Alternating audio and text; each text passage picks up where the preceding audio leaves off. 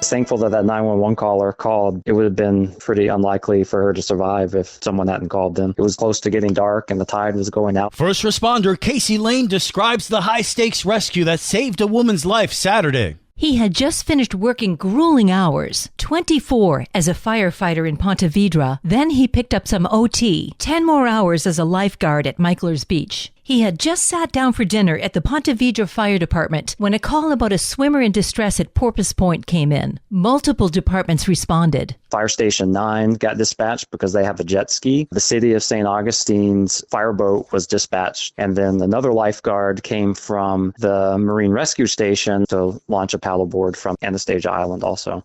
When Casey got there, a deputy with binoculars was struggling to keep his eye on a woman who had gotten swept away with the current. He didn't see them anymore, and we couldn't see them from the beach, but I took the rescue board off of the lifeguard truck, and I just started paddling in the direction he had pointed. And knowing the tide was going out, I went a little further, and I got there, and I looked around, didn't see anything. He kept looking back toward the beach, hoping to see somebody directing him toward the woman in the water. But by that time, she was so far out, they lost sight of her. Ethan Beach, who paddled out from Anastasia Island, had joined up with me at that point, and then I heard a scream, and that's when I saw her head and then her arm. And the city of St. Augustine fireboat showed up, and they plucked her out of the water, and then we all took her into the beach, and they got in as close as they could, and then I paddled her into shore on the rescue board. The woman was visibly shaken, but otherwise unharmed. Thank goodness we have strong and brave people like Casey keeping us safe. Please keep in mind, the currents in the St. Augustine Inlet are strong and unpredictable. Be very careful when you're swimming in that area. For St. Augustine's Local Morning News, I'm Liz Ryan.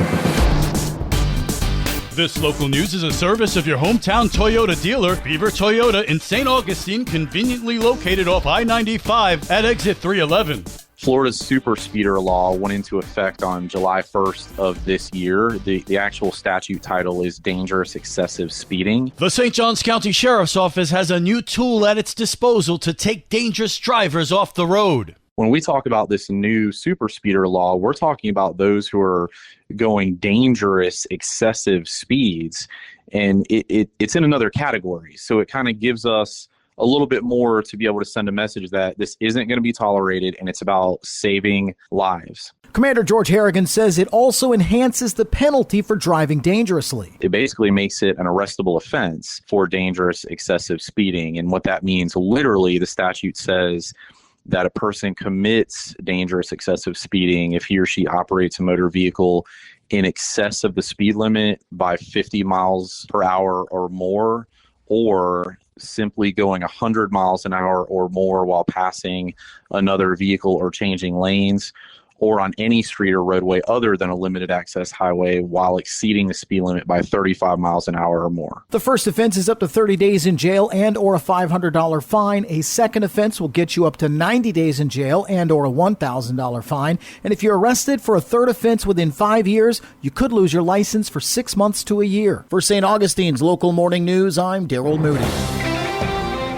Scams are keeping the St. Johns County Sheriff's Office pretty busy. The St. Johns County Sheriff's Office is aware of an increase in scam calls and messages impersonating SJSO deputies and targeting St. Johns County residents. A few facts to know. SJSO will never call you about a warrant, inmate jury duty, ask you to provide personal information, or attempt to collect money from you over the phone. And scammers are smart and will use fear tactics to scare you and create a sense of urgency to pressure you into giving out your personal information. They can use technology to change their voices. They may use personal information against you. In other news, St. Augustine is getting a new Goodwill store. The new location will open tomorrow. It's at 135 Epic Boulevard near the Epic Theaters off State Road 207. The new space combines a retail store donation center as well as the first Good Careers Center for St. Johns County. The new store replaces Goodwill's existing location at 2005 US 1 South, which will close when Epic Village opens. For St. Augustine's Local Morning News, I'm Karen Johnson.